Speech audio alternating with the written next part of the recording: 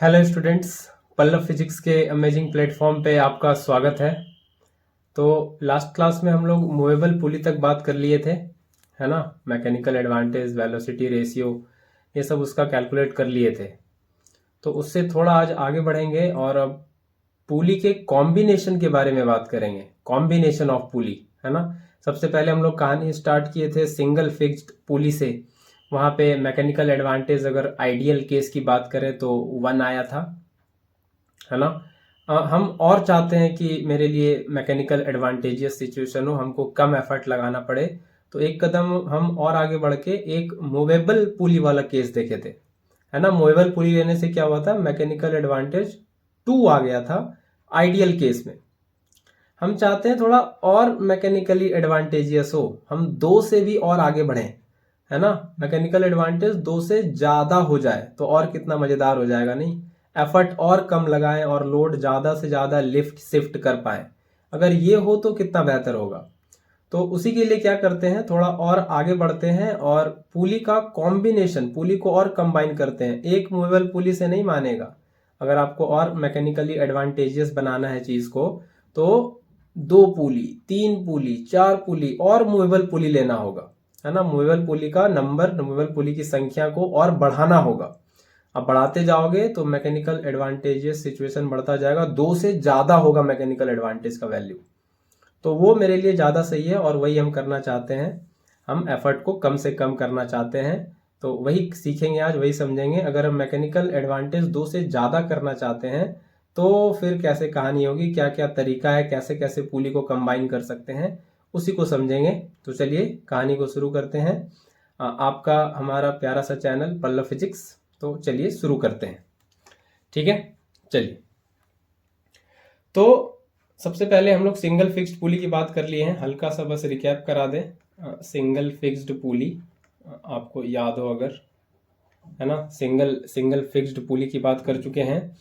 ये ऐसे एक फ्रेम, फिक्स्ड फ्रेम, और यहाँ से एक एक हुक से, है ना, एक हुक से कह लो, कैसे भी कह लो, यहाँ पे एक पुली आप लटका देते हो, है ना।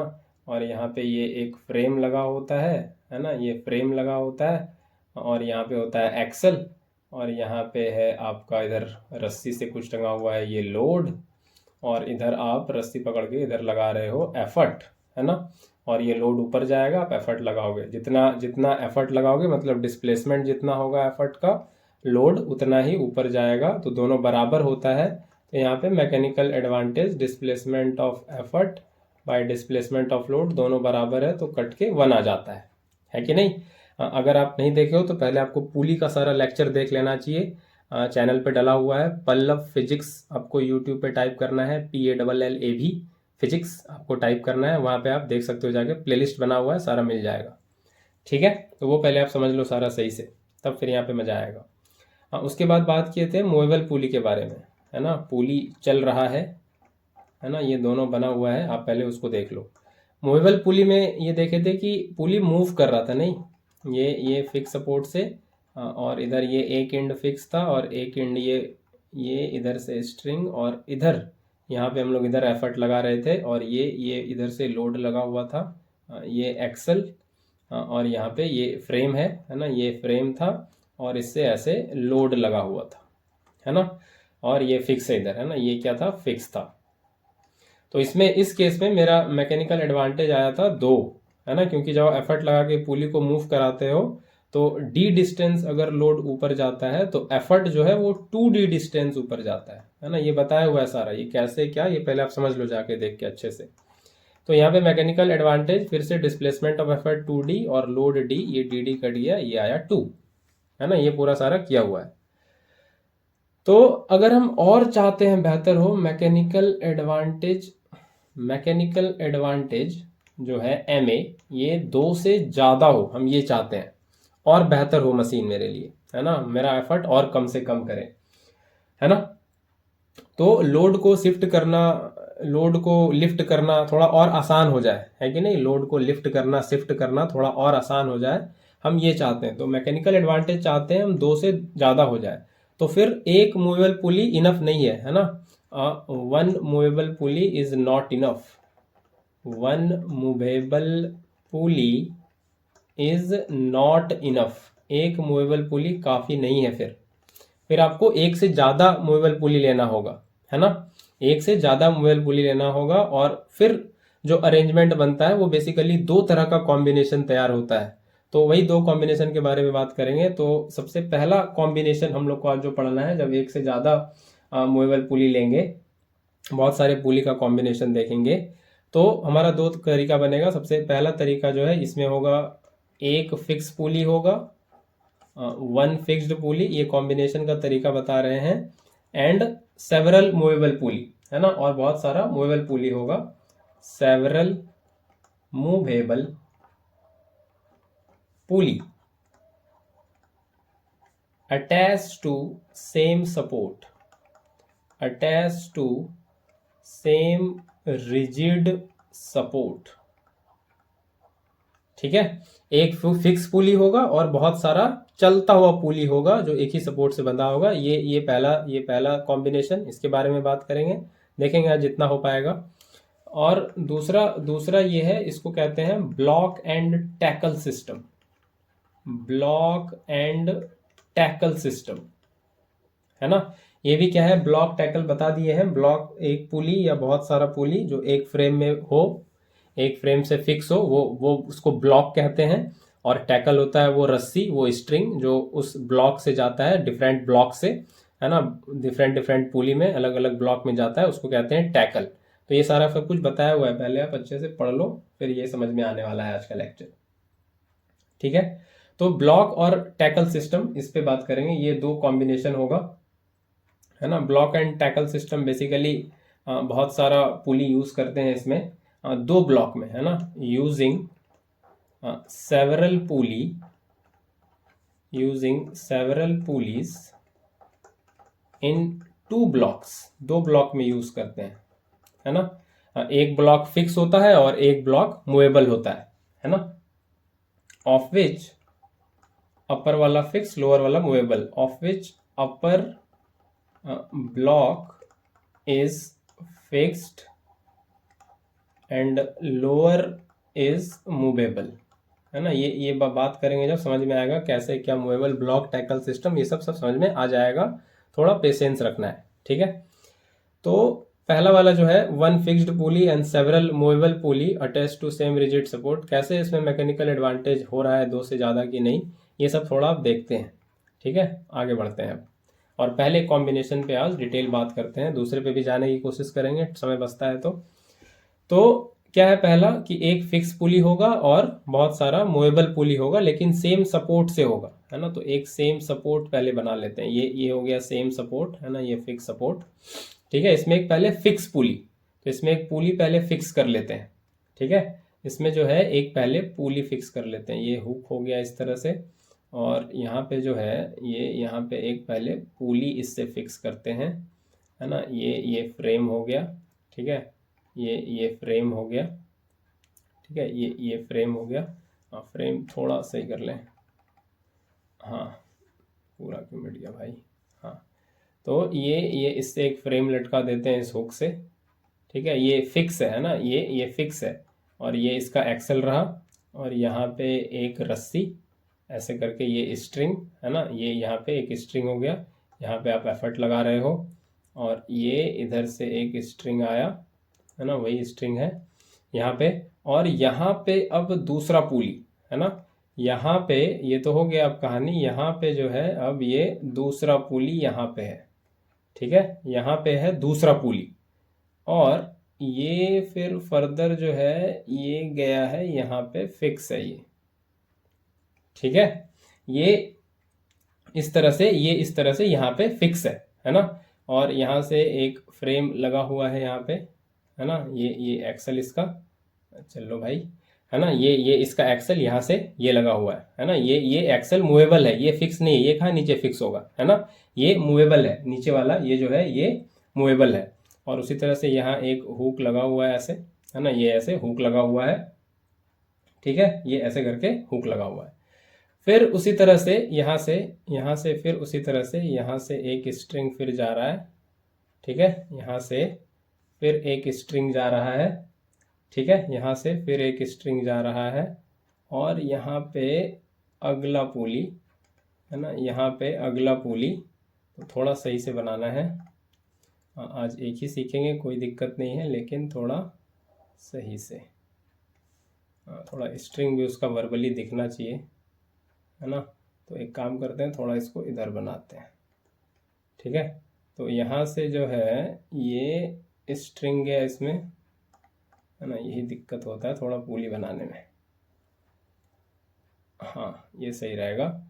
ये अरे भाई यहाँ से क्यों निकल रहा है ना। ये स्ट्रिंग इसमें बंधा हुआ है, ठीक है। ये स्ट्रिंग इसमें बंधा हुआ है हुक में, है ना, ये वाला स्ट्रिंग है। और ये पुली से होते हुए ये फिर ये ऊपर लगा इधर, है ना, फिर ये ऊपर लगा इधर इस तरह से, ठीक है। फिर यहाँ से एक मूवेबल, फिर यहाँ से ये एक फ्रेम हो गया, है ना। फिर यहाँ से फिर यहाँ हुक लगा हुआ इस तरह से, और फिर यहाँ एक पुली और, है ना, फिर यहाँ एक पुली और ये फिर से ये इसी से बंधा हुआ है हुक से, है ना, ये हुक से लगा हुआ है। और ये इस तरह से, है ना। इसी तरह से मामला चलता रहेगा, और जितना भी पुली आप लगाते जाओ मूवेबल आप पे है ना, आप पे है। ये फिर से एक्सेल, और यहाँ से ये बंधा हुआ है लोड, है ना। ये लास्ट में एक लोड लगा दी, अब नीचे और हम नहीं जा सकते। बाकी आप जितना मर्जी है लगाते जाओ, है ना, इस तरह से लगाते जाओ। तो ये सबसे पहला पुली क्या है, ये है फिक्स, और बाकी फिक्स नहीं है ना, बाकी फिक्स नहीं है, नीचे कहीं फिक्स सपोर्ट नहीं है। ये जो तीनों है ये भी मूवेबल है ना, ये भी मूवेबल है, ये भी मूवेबल है ना, और ये भी मूवेबल है। और सबसे नीचे वाला जो लगा हुआ है पुली, उससे क्या लगा दिए, उससे लगा दिए हैं लोड, है ना, उससे क्या लगा दिए हैं लोड। ये पहले क्लियर हुआ। अब देखो यहाँ पे कमाल की बात, ये स्ट्रिंग सब अलग अलग है। ये दिख रहा है, ये सारा स्ट्रिंग जो है ये अलग अलग है। यहाँ देखो सबसे पहले आप कि ये वाला जो स्ट्रिंग है, ये वाला यहाँ से गया और यहाँ से गया, ये स्ट्रिंग यहाँ तक सेम है ना। ये वाला जो स्ट्रिंग है ये यहाँ तक सेम है, ये वाला, ये एक स्ट्रिंग सेम है। फिर देखो ये हुक लगा यहाँ से, फिर ये दूसरा स्ट्रिंग है, इसको अलग कलर से दिखाना बेहतर होगा, इसको अलग कलर से दिखाना बेहतर होगा। ये देखो यहाँ से फिर ये दूसरा स्ट्रिंग है ना, ये आपको इसमें नोटिस करना है, ये अलग स्ट्रिंग है ये। फिर देखो यहाँ पे हुक लगा, फिर ये दूसरा स्ट्रिंग है ना। फिर जो है ये अलग कलर से इसीलिए दिखा रहे हैं, ये अलग स्ट्रिंग है ना, एक स्ट्रिंग नहीं है, बिल्कुल अलग है, ये अलग अलग स्ट्रिंग है ना, ये अलग अलग स्ट्रिंग है। तो एक इंपॉर्टेंट बात आपको नोट करनी है यहाँ पे क्या, कि वन स्ट्रिंग वन टेंशन, है ना। एक धागे में एक टेंशन होगा, धागा change, string change, tension change, है ना। स्ट्रिंग चेंज हुआ तो टेंशन चेंज, है ना। सब्जेक्ट चेंज, एग्जाम देना है तो उसका फिर टेंशन चेंज। फिजिक्स का टेंशन खत्म, केमिस्ट्री का टेंशन, केमिस्ट्री का खत्म, मैथ का टेंशन। तो उसी तरह से यहाँ भी अलग धागा अलग टेंशन, है ना। एक धागे में एक टेंशन, है ना। टेंशन बेसिकली स्ट्रिंग का प्रॉपर्टी, स्ट्रिंग से रिलेट होता है, हर एक स्ट्रिंग का नेचर अलग अलग है ना। तो एक स्ट्रिंग एक tension, different string different tension, ये इंपॉर्टेंट बात आपको ध्यान रखनी है। तो ये इधर से लोड वाले साइड से स्टार्ट करें तो यहाँ पे टेंशन होगा, यहाँ पे टेंशन होगा, T1 कह देते हैं इसको, है ना। यहाँ पे ये वाला टेंशन होगा T1, है ना, ये वाला टेंशन होगा T1।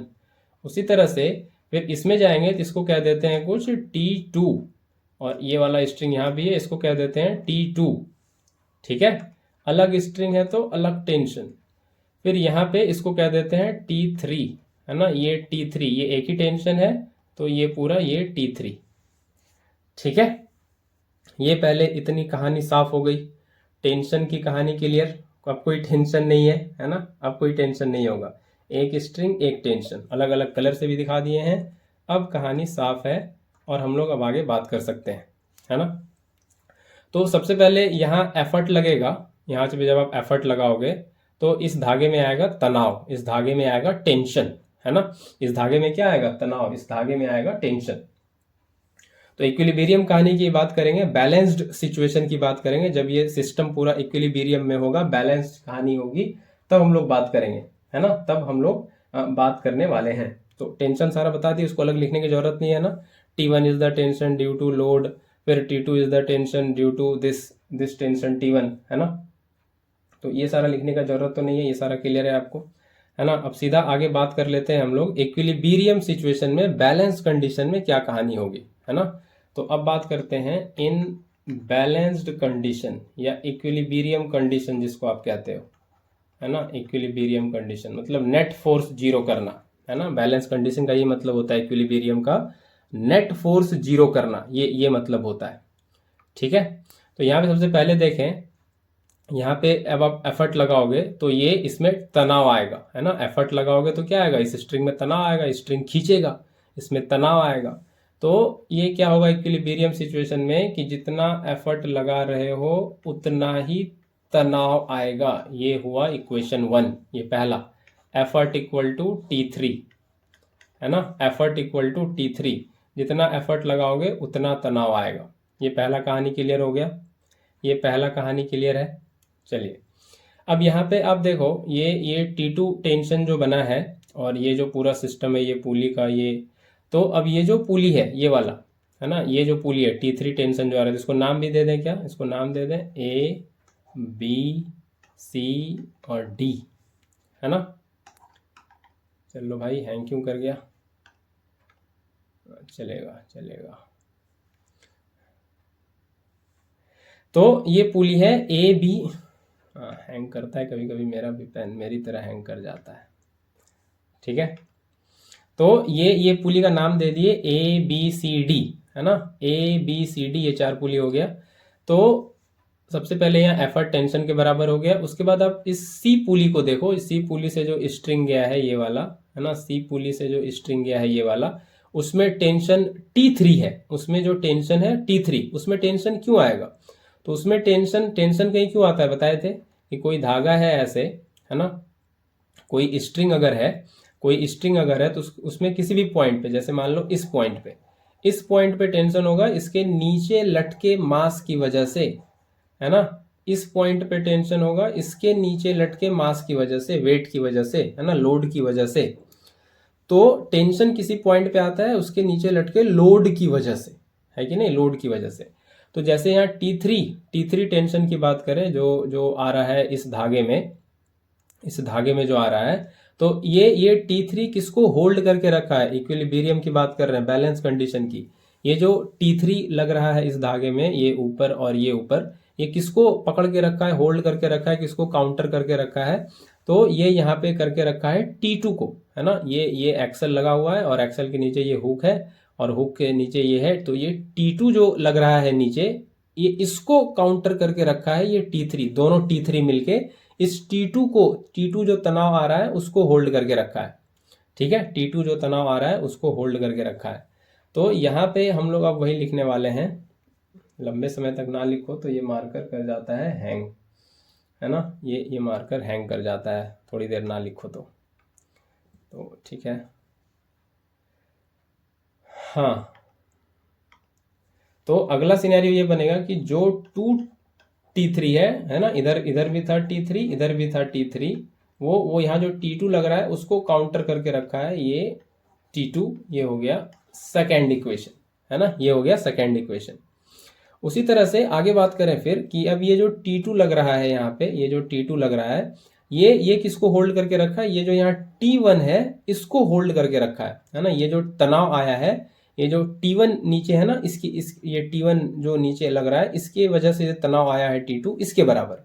तो फिर उसी तरह से दो T2 ये T1 को होल्ड करके रखा है ना। T1 जो टेंशन है उसकी वजह से दो T2 मेंटेन कर रहा है T1 को, ऐसे समझ लो आप, दो T2 मेंटेन करके रखा है T1 को, है ना, इस वाले तनाव को। फिर फर्दर ये दो T1 अब ये फाइनली इस लोड को होल्ड करके रखा है। इस लोड यहाँ टंगने की वजह से धागे में तनाव आया, क्या, ये T1 और इधर ये T1, तो दो T1 मिलके इस लोड को पकड़ के रखा है। तो यहां से दो T1 ये लोड को पकड़ के रखा है ना, और ये दो T1 ये, है ना, फिर ये T1 जो है ये दो T2 पकड़ के रखा था और T2 जो है ये दो T3 पकड़ के रखा था। तो यहीं से अगर हम लोग आगे बात कर लें अब यहीं से, तो ये दो T1 ये क्या है, T1 का वैल्यू क्या है 2T2, तो यहाँ से अगर आगे लिखें 2 और T1 की जगह क्या लिख दें, ये 2T2। हम रिलेशन लाना चाह रहे हैं एफर्ट और लोड में, वही कर रहे हैं। तो ये 2T2 यहाँ पे लिख रहे हैं और ये लोड के बराबर। तो 2 इंटू 2 ये क्या हो जाएगा, 2 का स्क्वायर और ये T2L। ठीक है, अब यहाँ से आगे बढ़ें यहाँ वाले इक्वेशन से। तो ये आ गया 2 पे power 2 into T2 equal to L। देखो T2 भी कुछ आया हुआ है, T2 क्या आया है, 2T3 है ना, 2T3। तो इसको लिखेंगे 2 पे पावर 2 इंटू 2T3, ये लोड। तो ये हो गया 2 पे power 3 into T3 equal to load, है ना, ये आ गया। फिर देखो T3 भी कुछ आया हुआ है एफर्ट के बराबर। तो ये आ गया 2 पे power 3 into effort equal to load. यहीं हमको पहुंचना था और यहीं हम आ गए। और यहाँ से हमको बहुत क्लियरली दिख रहा है, यहाँ से हमको बहुत क्लियरली दिख रहा है कि एफर्ट जो है वो है लोड बाय 2 पे पावर 3। एफर्ट जो है कुछ इस तरह से लोड बाय 2 पे पावर 3 है ना, लोड बाय 2 पे पावर 3। तो यहाँ पे क्या दिख रहा है कि लोड जितना है एफर्ट उसका बहुत कम है, ये 1/8 टाइम्स हो गया है कि नहीं। एफर्ट क्या हो गया, लोड का 1/8 टाइम्स कम हो गया कि नहीं। जितना लोड है उसका अब 1/8, 2 पे क्यूब का क्या मतलब है, 2 2 जा 4 2 जा 8, 1/8 जितना लोड है उसका 1/8 हमको फोर्स लगाना है। तो बहुत कम हो गया नहीं। मूवेबल वाले में कितना लगाना होता था, लोड बाय 2 आता था, लोड का आधा के बराबर एफर्ट लगाना होता था। यहाँ पे लोड का 8 गुना 8 गुना कम एफर्ट लगाना है, 1/8 टाइम कम हो गया हमारा एफर्ट, है ना। तो बहुत बढ़िया है, 8 गुना कम हो गया मेरा एफर्ट। तो मैकेनिकल एडवांटेज यहाँ बढ़ेगा, 2 से ज़्यादा बढ़ेगा। वो अभी करके दिखाएंगे, सारा मैथमेटिक्स करके दिखाएंगे कैसे आता है। तो ये पहले समझ में आया, effort equal to load by 2 पे पावर 3, ये आ रहा है। ठीक है, ये आ रहा है। तो यहाँ से अगर हम लोग अब बात कर लें मैकेनिकल एडवांटेज की, है ना, मैकेनिकल एडवांटेज की, उसी की बात करेंगे। तो ये बता दिए हैं ये क्या होता है, लोड बाय एफर्ट। एफर्ट जितना कम होगा मैकेनिकल एडवांटेज उतना ज़्यादा होगा, इन्वर्स रिलेशन है, इसीलिए एफर्ट नीचे आता है फॉर्मूले में। तो लोड बाय एफर्ट, और एफर्ट कितना आ गया है अभी, लोड बाय 2 पे पावर 3। तो ये लोड मर जाएगा, 2 पे पावर 3 ऊपर आ जाएगा। तो मैकेनिकल एडवांटेज आ रहा है 2 पे पावर 3, यानी कि 8 गुना। 2 से ज़्यादा हुआ कि नहीं, 8 गुना हो गया, तो मैकेनिकल एडवांटेज 2 से ज़्यादा है। तो 2 पे पावर 3 आ रहा है मैकेनिकल एडवांटेज। यहाँ से एक और बात समझ में आई, तो यहाँ पे 2 पे पावर 3 आया, और अगर आप ध्यान से देखो यहाँ पे जो मेरा मूवेबल पुली था वो कितना था, 1 2 3, वो तो फिक्स है, डी फिक्स है, A B C 3 movable pulley था। यानी कि जितना मूवेबल पुली होगा आपके सिस्टम में, जितना मूवेबल पुली होगा आपके कॉम्बिनेशन वाले सिस्टम में, तो यहाँ पे अगर आप जनरलाइज करें इसको, यहाँ पे देखो आपको 3 दिख रहा है पावर में। अगर इसको आप जनरलाइज करो तो फॉर n मूवेबल पुली, अगर मूवेबल पुली का संख्या n है तो मैकेनिकल एडवांटेज होगा 2 पे पावर n। ये फॉर्मूला आपको ध्यान रखना है। अगर यहाँ पे अगर हम 4 मूवेबल पुली लेते और एक फिक्स लेते तो मैकेनिकल एडवांटेज हो जाता 2 पे पावर 4। अगर 6 लेते तो 2 पे पावर 6, 10 लेते तो 2 पे पावर 10। मैकेनिकल एडवांटेज 2 पे पावर n हो जाता है इस तरह के कॉम्बिनेशन में, एक फिक्स पुली और बहुत सारे मूवेबल पुली के केस में मैकेनिकल एडवांटेज हो जाता है 2 पे पावर n, जहां पे n क्या है, मूवेबल पुली का नंबर है, मूवेबल पुली है कितना उसका काउंट है। ठीक है, तो ये लॉजिक भी आपको ध्यान रखना है। ठीक है, इतना पहले समझ में आया। तो आगे हम लोग अब बात कर लेते हैं अगले एक टर्म की, जिसका नाम है वेलोसिटी रेशियो, है ना। ये क्या है, वेलोसिटी रेशियो। क्या होता है वेलोसिटी रेशियो, ये बता चुके हैं, ये होता है displacement of effort bye displacement of load, है ना। लोड हम चाहेंगे, लोड ये स्पीड गेनर, स्पीड गेन करे, है ना, स्पीड मल्टीप्लायर, स्पीड मल्टीप्लाई हो। इसके पहले वाले में क्या हुआ, एफर्ट कम लगाना पड़ रहा है ना, एफर्ट कम लगाना पड़ रहा है तो क्या बोलते हैं हम लोग, फोर्स मल्टीप्लायर, है ना। कम एफर्ट लगाए और ज़्यादा लोड लिफ्ट कर दे तो क्या हो गया, मेरा फोर्स मल्टीप्लाई हो गया। कम पढ़े और ज़्यादा नंबर आ जाए तो मेरा मार्क्स मल्टीप्लाई हो गया, मार्क्स मल्टीप्लायर। उसी तरह से ये फोर्स मल्टीप्लायर, है ना, फोर्स मल्टीप्लाई हो गया, कम एफर्ट में ज़्यादा लोड उठ गया।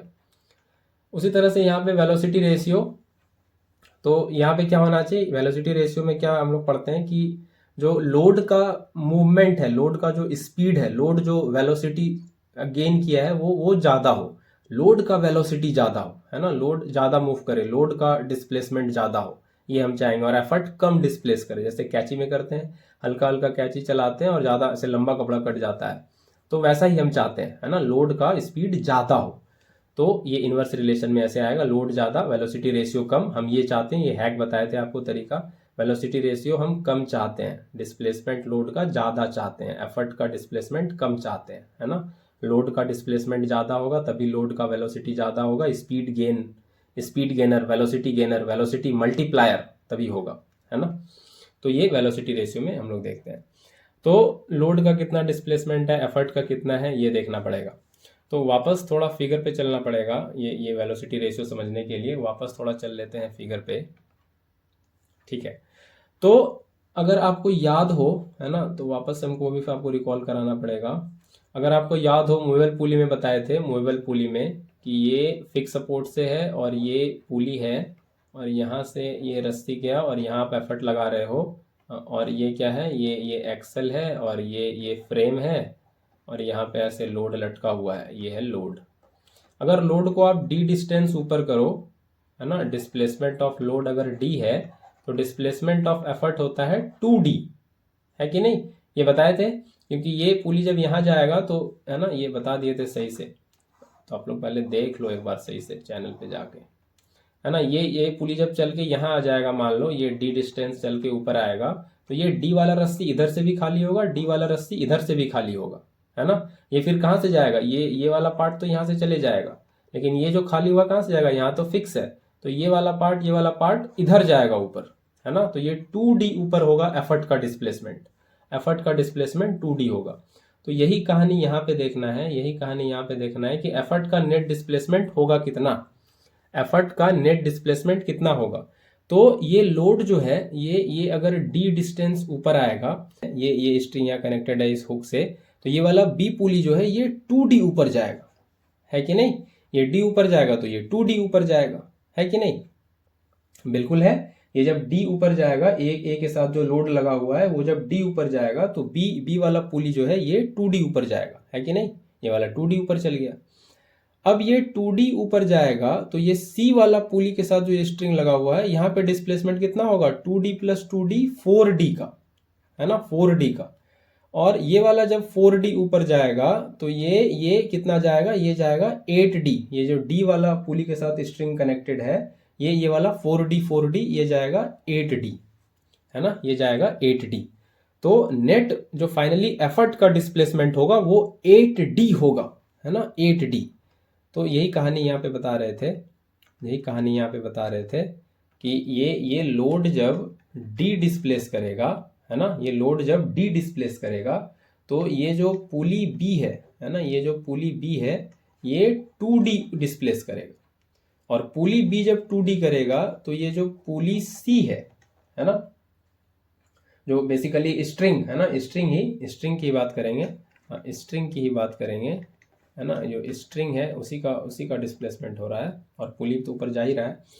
तो स्ट्रिंग जो पुली सी से कनेक्टेड है ये फिर अब 2D प्लस 2D ये 4D ऊपर जाएगा, ये D प्लस D 2D गया था।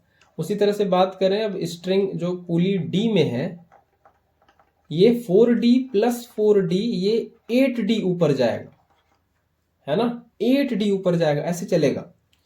तो फाइनली एफर्ट की बात करें, है ना, ये बेसिकली पुली डी तो फिक्स है ना, ये ऐसे लिखना सही नहीं होगा, पुली डी तो फिक्स है, बेसिकली जो एफर्ट है ना, फाइनली यहाँ पे एफर्ट लिखना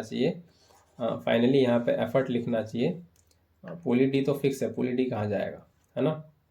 तो बेसिकली पुली डी से जो स्ट्रिंग कनेक्टेड है ना, वो लिख रहे थे, ठीक है, लिखे थे, स्ट्रिंग जो पुली डी से कनेक्टेड है ना, वो उसका डिस्प्लेसमेंट 8D होगा, ये बात ठीक है ना, ये बात ठीक है। तो पहले ये लॉजिक क्लियर हुआ, 2D पुली बी, 4D पुली सी और 8D पुली डी के साथ जो स्ट्रिंग लगा हुआ है वो, ठीक है। तो ये कहानी होगी। तो फाइनली यही तो है डी के साथ, यही तो हम एफर्ट लगा रहे हैं, तो 8D जो है ये होगा एफर्ट का डिस्प्लेसमेंट, ये 8D, ठीक है। तो इसको अब ऐसे लिख लें, velocity ratio displacement of effort bye displacement of load. तो एफर्ट का डिस्प्लेसमेंट कितना हुआ 8d और लोड का d, तो ये आ गया 8 और 8 को लिख सकते हैं 2 पे पावर 3, 2 पे पावर 3 है ना क्यू। तो वही फिर वही आ गया कि वेलोसिटी रेशियो आ गया 2 पे पावर 3। तो ये 3 फिर क्या दिखा रहा है, movable number of pulley. If N movable pulley are there, if N movable pulley are there, तो वेलोसिटी रेशियो कितना हो जाएगा 2 पे पावर n, है ना, 2 पे पावर n, यही हो जाएगा। ठीक है, यही हो जाएगा, है ना, ये हो जाएगा कहानी। तो अब एफिशिएंसी की बात कर सकते हैं। Efficiency mechanical advantage by velocity ratio, ये हो जाएगा 2 पे पावर n बाई 2 पे पावर n, ये हो जाएगा 1, है ना, ये हो जाएगा 1। यानी कि 100% एफिशिएंसी आ रही है ना। परसेंटेज में अगर बात करें तो 1 इंटू 100%, और ये आ जाएगा 100%। लेकिन ये ध्यान रखना है आपको हमेशा, ये आइडियल केस की बात कर रहे हैं, आइडियल केस की। एक्चुअल केस में ऐसा नहीं होगा। एक्चुअल केस में पुली के एक्सल में फ्रिक्शन भी है, स्ट्रिंग का मास भी होगा, पुली का मास भी होगा, है ना, वो सब भी फैक्टर आएगा। एक आगे अभी एक केस में बताएंगे, वेट जब पुली का होता है तो कैसे आपको दिखेगा, एफिशिएंसी 100% नहीं आएगा, कम हो जाएगा थोड़ा, है ना। मैकेनिकल एडवांटेज भी नहीं आएगा उतना जितना आ रहा है अभी, थोड़ा कम होगा सब कुछ। ठीक है, एक्चुअल केस में। ये तो आइडियल केस में ये आ जाता है। ठीक है, तो आज इतना रखें, एक ब्लॉक एंड टैकल सिस्टम और वेट का इफेक्ट क्या होगा पुली पे, ये एक छोटे से लेक्चर बना देंगे, छोटा सा लेक्चर, उस पर आप देख लोगे, वो समझ आ जाएगा आपको। तो आज इतना रखते हैं। ठीक है, आई होप ये समझ में आया। यहाँ पे थोड़ा ट्रिकी लगा होगा, ये पुली बी, पुली सी, पुली डी का, तो वही वाला लॉजिक, ये वाला बेसिक आपको क्लियर होना चाहिए कि ये यहाँ से लोड डी ऊपर गया तो ये एफर्ट कितना ऊपर जाएगा, इधर 2d, है ना, 2d। तो वही कहानी तो यहाँ पे है, वही कहानी तो यहाँ पे है, वही कहानी तो यहाँ पे है कि ये लोड ऊपर आया d, तो इधर से ये एफर्ट, है ना, ये एफर्ट, ये जो स्ट्रिंग लगा हुआ है इधर, है ना, ये ऊपर जाएगा 2d, है कि नहीं, ये ऊपर जाएगा 2d। अब ये ऊपर जा रहा है 2d, ये d जा रहा था तो ये गया 2d, अब ये b 2d जा रहा है तो यहाँ से ये c कितना मारेगा, 2d और 2d 4d, है ना, 2d और 2d 4d। अब ये 4d ऊपर जा रहा है तो यहाँ जो स्ट्रिंग लगा हुआ है d से, d तो फिक्स है, कहीं नहीं जाएगा, तो ये d के साथ जो स्ट्रिंग लगा हुआ है ये इधर कितना आ जाएगा, ये 8d, है ना, 4d 4d 8d ऐसे चलेगा। तो d से हुआ 2d, 2d से हुआ 4d, 4d से 8d, d plus D 2d, फिर 2d प्लस 2d 4d, फिर 4d प्लस 4d 8d। तो 8d तक हम एफर्ट तक पहुंच गए, फाइनल डिस्प्लेसमेंट एफर्ट का 8d हो गया। तो यही लॉजिक आपको क्लियर रखना है।